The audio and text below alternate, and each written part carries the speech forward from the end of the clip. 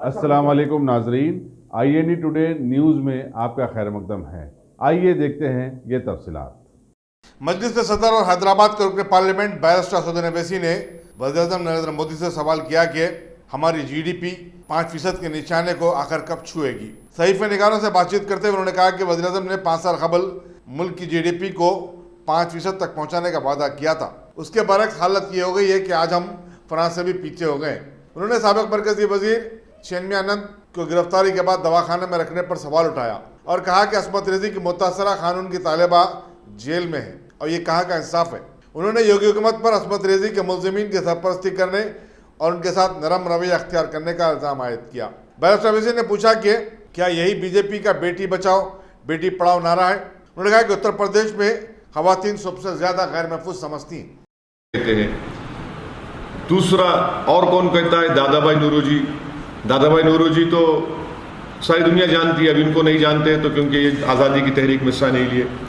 दादा भाई नौरोजी ने ये कहा कि पॉवर्टी इन अनब्रिटिश रूल, उसमें कहा कि 1800 के बाद इंडियन इकोनॉमी गिरती गई।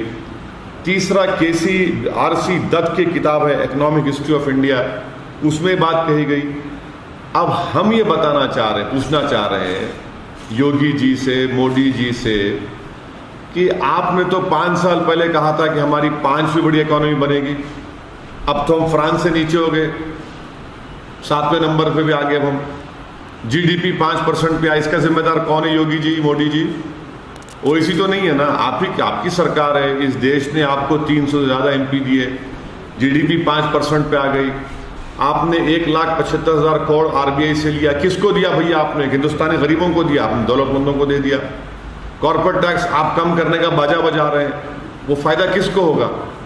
किसी को रोजगार मिल रहा है? हिंदुस्तान में अनएम्प्लॉयमेंट 6% हो चुका है, ले ऑफ्स हो रहे हैं ऑटोमोबाइल इंडस्ट्री में, हर जगह परेशान है, बैंक्स को परेशान है। तो हम योगी आदित्यनाथ मुख्यमंत्री से ये अपील कर रहे हैं कि सर जो आपका काम है ना उस पर तवज्जो दीजिए। आप इन चीज़ों में मत जाइए, ये अलग मामला है। खामखा इसमें जा रहे हैं आप फंस जाएंगे, बदनाम हो जाएंगे, लोग आपका मजाक उड़ाएंगे। हम उनसे इतना अपील कर रहे हैं, हाथ जोड़ के अपील कर रहे हैं कि सर एक स्वामी है जो आप ही की तरह कपड़े पहनते हैं, उन्होंने एक लड़की का रेप किया, वो लड़की जेल में है और वो स्वामी अस्पताल में है। सर इससे तो इंसाफ कर लीजिए। आपकी सरकार का बहुत बड़ा प्रोग्राम है बेटी बचाओ बेटी पढ़ाओ। सिंगर आपका MLA है सर, वो तो लॉरी दौड़ाकर किसी को मारने की कोशिश किया जिसकी उसने रेप किया था, उस पर तवज्जो दीजिए। दलितों पर जुल्म हो रहा है, उस पर तवज्जो दीजिए। सर जो काम आपकी जिम्मेदारी उस पर तवज्जो दीजिए और इकोनॉमी के बारे में आप जो मैं नाम लिया उनको पढ़ लीजिए एक मरतबा। अगर आपने हमारे चैनल को सब्सक्राइब नहीं किया है तो आपको यहाँ सब्सक्राइब बटन दिख रहा है, उसे क्लिक करिए और सब्सक्राइब कीजिए और साथ ही साथ बेल आइकॉन को भी क्लिक करिएगा जिससे कि आपको ताज़ा अपडेट मिलते रहें।